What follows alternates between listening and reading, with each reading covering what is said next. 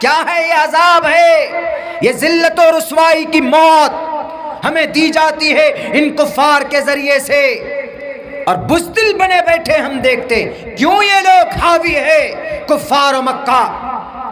آج چلے جائیے عرب امارات میں جزیرۃ العرب کے اندر جنگ بدر کو اسپاٹ فیلڈ بنانے کی کوشش کی جا رہی، جہاں پر قرآن نازل ہوتا تھا، جہاں پر اللہ تبارک و تعالی حضرت جبرائیل امین کو بھیجتے تھے، جہاں محمد رسول اللہ بیٹھ کر قرآن کا درس دیتے تھے، جہاں محمد رسول اللہ بیٹھ کر تعلیم دیا کرتے تھے، آج ان جگہوں کو بدلنے کی بات کی جاتی ہے، بیچنے کی کوشش کی جا رہی ہے، حرمین شریفین کو بیچنے کی کوشش کی جا رہی ہے، ہمارے بھارت کے اندر ہمارے پوتر استھل کو۔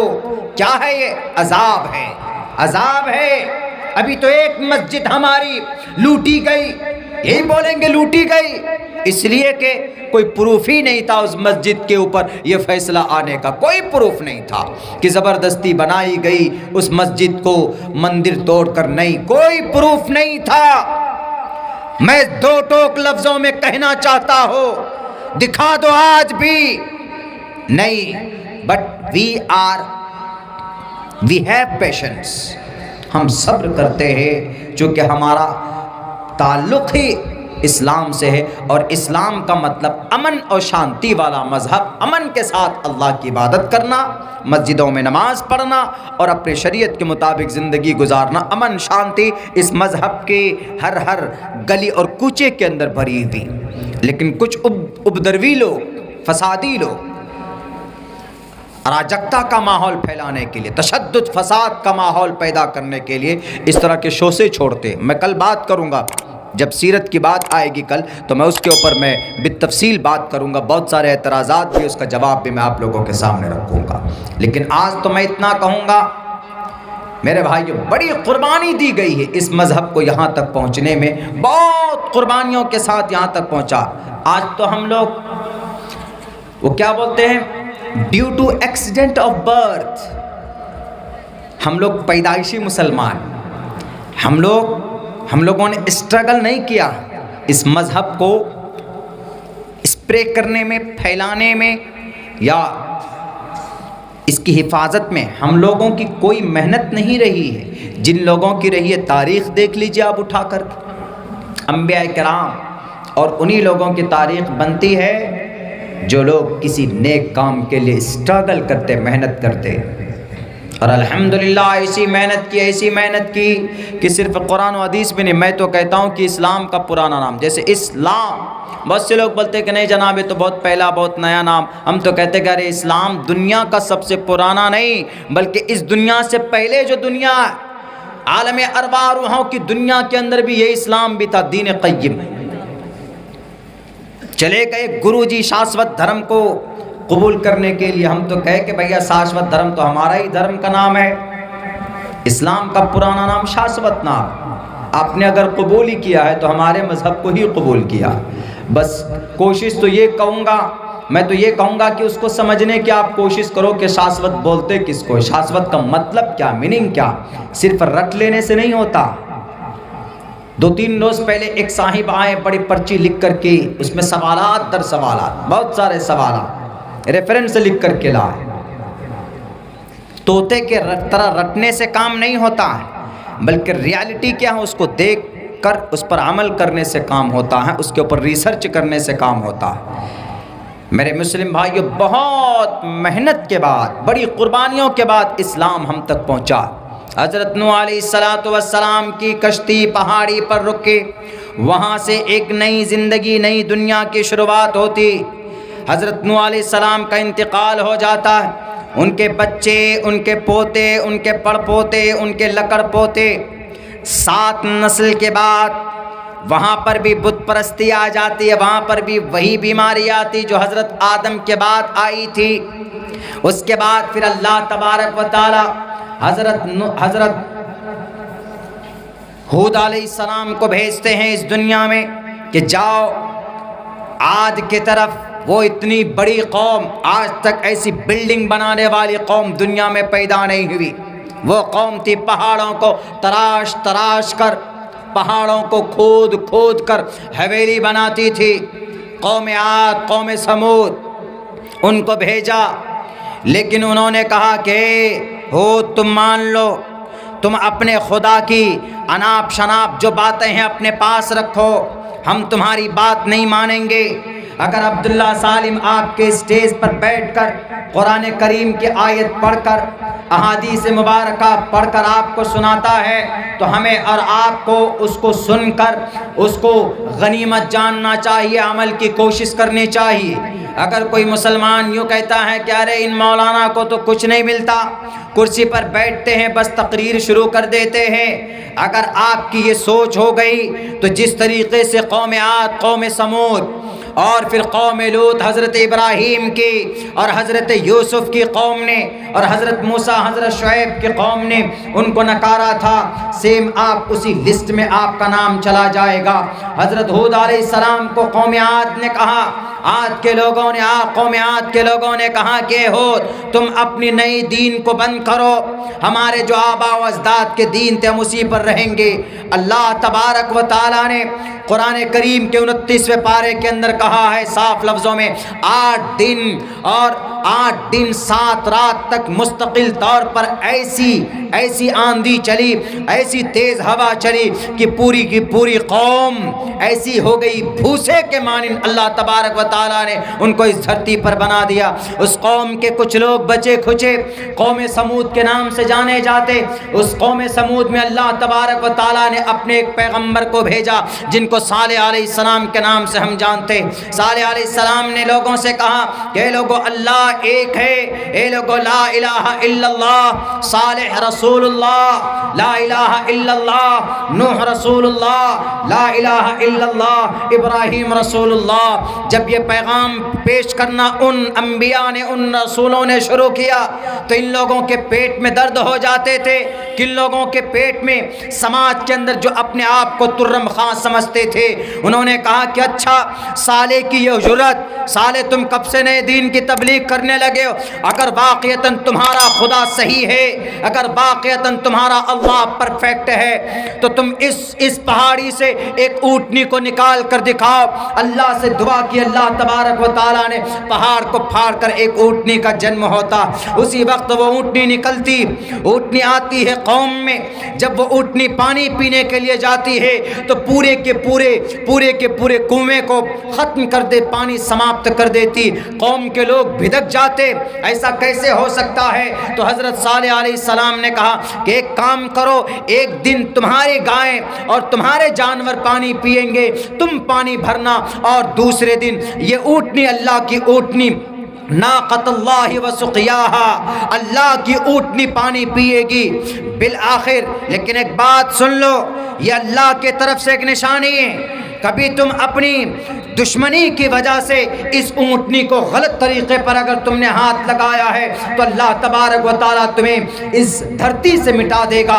لیکن قوم کے کچھ لوگ تھے، قوم کے کچھ نوجوان تھے، قوم میں اس وقت کے کچھ شرابی تھے، انہوں نے کہا کیا ہے، کچھ نہیں ہونے والا ہے۔ بالآخر انہوں نے اس اونٹنی کے گھونچ کو کاٹ دیا، ان کے نسوں کو کاٹ دیا، فعقروہا، ان کے نسوں کو کاٹ دیا جاتا ہے، وہ اونٹنی مر جاتی ہے۔ فدمدم علیہم ربہم بذنبہم فسواہا ولا یخاف عقباہا۔ اللہ تبارک و تعالیٰ نے اس قوم کو ایسی سخت پکڑ کی کہ وہ پوری کی پوری قوم تباہ و برباد کر دی گئی اللہ کی نافرمانی کرنے کی وجہ سے۔ پیغام کیا تھا کہ اللہ کو ایک مانو اور مجھے اللہ کا نبی مان لو، اور ڈیمانڈ کرنے پر بھی کہ اگر تم واقعتاً اللہ کے نبی ہو تو ذرا اس پہاڑی سے اونٹنی نکال کر دکھاؤ، وہ بھی دکھا دیا، تب بھی ہٹ درم ہو جاتے تھے، تب بھی نہیں مانتے تھے کہ نہیں جی، سرکشی یعنی حد سے زیادہ گناہوں کے اوپر اڑے رہنا۔ حالانکہ بندہ گناہ کرے، گناہ کرنے کے بعد اگر شرمندگی ہو جائے، اگر وہ آدمی احساس ہو جاتا ہے، اگر اس کا دل پسیج جائے اس کو، تو اللہ سے وہ اللہ کے سامنے روئے گڑ گڑائے تو اللہ تبارک و تعالیٰ اس کے گناہوں کو معاف فرما دیتے۔ لیکن وہ لوگ گناہ کرتے تھے، اتراتے تھے، شراب پیتے تھے، اتراتے تھے، کہتے ہیں دیر از نتھنگ، کچھ نہیں ہے دنیا میں. ہم ہی ہے سپیریئر آف دا ورلڈ، ہم ہی ہے سب کچھ. اس لیے اللہ تبارک و تعالیٰ نے کہا ان الشرک لظلم عظیم. مان جاؤ، اپنے عقیدے کو بچاؤ، اب مجھے مانو. اللہ تبارک و تعالیٰ کو کیا ضرورت ہے انسانوں کو پیدا کر کے یہ نظام چلانے کا؟ اللہ تبارک و تعالیٰ دکھانا چاہتے. اللہ تبارک و تعالیٰ اس دھرتی کے اوپر ان کا کرشمہ قدرت کیا، انسانوں کو پیدا کیا اور دونوں راستے بتائے، کون سا غلط ہے کون سا صحیح راستہ. اس کے بعد پھر اس دھرتی پر کون آئے؟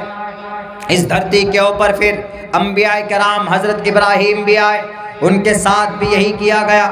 بلکہ حضرت ابراہیم علیہ السلام کے گھروں کے اندر بتوں کو تراشتے تھے، پتھروں کو تراش کر خوبصورت مورتی بناتے تھے. جبکہ اس کی مخالفت کی گئی ان کے زمانوں میں. اندنتمہ پریوشنتی سمبھوتی مپاسی تتوبھوی ایفیوتی تموی سمبھوتی آمرتہ. جو انسان دیوا مرچلامیا، جو انسان پتھر کو تراش کر اپنی مرضی کے مطابق خدا بناتا ہے، جو انسان مٹی کو ان کو پکا کر اور ان کو ہوا میں رکھ کر، ان کو دھوپ میں رکھ کر، ان کو ایک شکل دے کر ان کو خدا بنا لیتا ہے، تو وہ انسان گمراہ ہے، وہ انسان بہت زیادہ اندھکار میں ہے، وہ انسان بہت زیادہ پاگل ہے. یہ میں نہیں کہہ رہا ہوں، یہ دنیا کی سب سے پرانی ترین شاستروں کے اندر یہ باتیں لکھی گئی.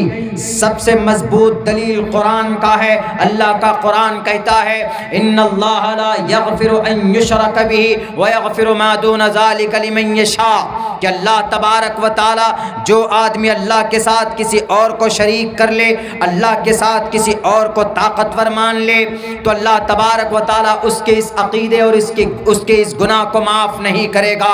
بہت بڑا پاپ اور جرم ہے. میرے مسلم بھائیوں، آج کی تاریخ میں، آج کے زمانے میں ہمارے مسلم نوجوانوں اپنے عقیدے کو پاک اور پوتر کرنا بہت زیادہ ضروری. بڑی آسانی کے ساتھ اسلام ہم تک نہیں آیا، بڑی آسانی کے ساتھ اسلام ہم تک نہیں پہنچا.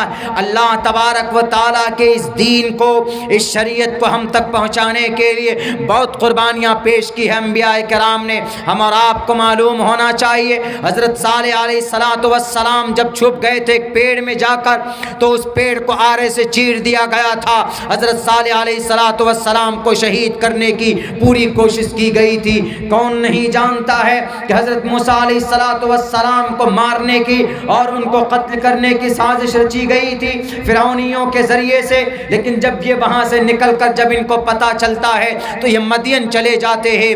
حضرت شعیب علیہ السلام کی دھرتی پہ، حضرت شعیب علیہ السلام کی قوم میں کون سی بیماری تھی؟ حضرت شعیب علیہ السلام کی قوم میں یہ بیماری تھی کہ ناپتے تھے، خرید و بکری کرتے تھے تو کمی بیشی کرتے تھے.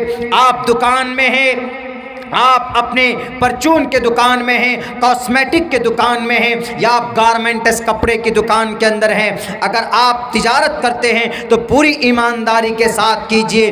جو مال اگر ڈیفالٹ ہو، جس مال کے اندر کمی ہو، تو اس کمی کو لوگوں کے سامنے میں رکھیے. لیکن یہ بددیان تھی اور یہ خیانت کرتے تھے. کون؟ حضرت شعیب علیہ السلام کی قوم. حضرت شعیب نے کہا کہ اے لوگوں، یہ ظلم مت کرو، ایسا مت کرو، قوم کے ساتھ امانت داری کے ساتھ تم معاملات کرو. لیکن وہ کیا بولتے تھے؟ شعیب یو اسٹاپ دس، خاموش ہو جاؤ، ہمارے باپ کا پیسہ ہے، ہمارے دادا کی پراپرٹی ہے، ہم چاہے جیسے کریں.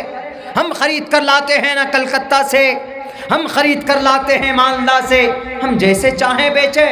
تم کون ہوتے ہو کہنے والے؟ ان کا کیا کہنا تھا کہ ایمانداری سے کام کرو. لیکن نہیں، بیماری کیا تھی؟ ویل للمطففین الذین اذا اکتالوا علی الناس یستوفون واذا کالوہم او وزنوہم یخسرون. جب ناپتے تھے، جب وہ لیتے تھے تو پورا پیسہ لیتے تھے، اور جب ناپ کر دیتے تھے تو کم کم دیتے تھے. وَإِذَا كَالُوهُمْ أَوْ وَزَنُوهُمْ يُخْسِرُونَ. تو اللہ تبارک و تعالیٰ نے حضرت شعیب علیہ السلام کو ڈپٹ کیا اور کہا کہ آپ سمجھائیں، لیکن نہیں سمجھے. انہوں نے کہا کہ اے شعیب، اگر تم اللہ کے نبی ہو نا تو اس بادل سے ذرا دکھاؤ، مجھے پتھر کی بارش کر کے دکھاؤ. تو اللہ نے ایسا ہی کیا. جب کوئی قوم ضدی بن جائے، جیسے آج ہم ضدی بنے بیٹھے، آج ہم ضدی بنے بیٹھے، ہمارا قرآن ہم سے کیا کہتا، ہماری شریعت ہم سے کیا کہتی، ہم ذرا دیکھ لیں ہمارے میں کتنے مسلمان ایسے ہیں جو ارکان اسلام 5 ہے، ان میں سے جو کنٹینیو دوسرے نمبر کی نماز ہے، بنی الاسلام علی 5 شہادت اللہ الہ الا اللہ و اقام الصلاۃ، نماز کو کتنے لوگ قائم کرتے ہیں، جاننے کے باوجود بھی کہ نماز چھوڑنا بہت بڑا پاپ ہے، جرم ہے. In spite of that, every day I leave the salah. The lots of young generation, and they don't completely offer salah 5 times a day. What is your purpose of your life? The profession of your life? میرے مسلمان بھائیوں، اگر یوگی جی، مودی جی آ کر ہماری مسجد کو شہید کرتے ہیں تو وہ دوسرے نمبر کے ہیں مجرم، پہلے نمبر کے مجرم ہم خود ہیں مسلمان.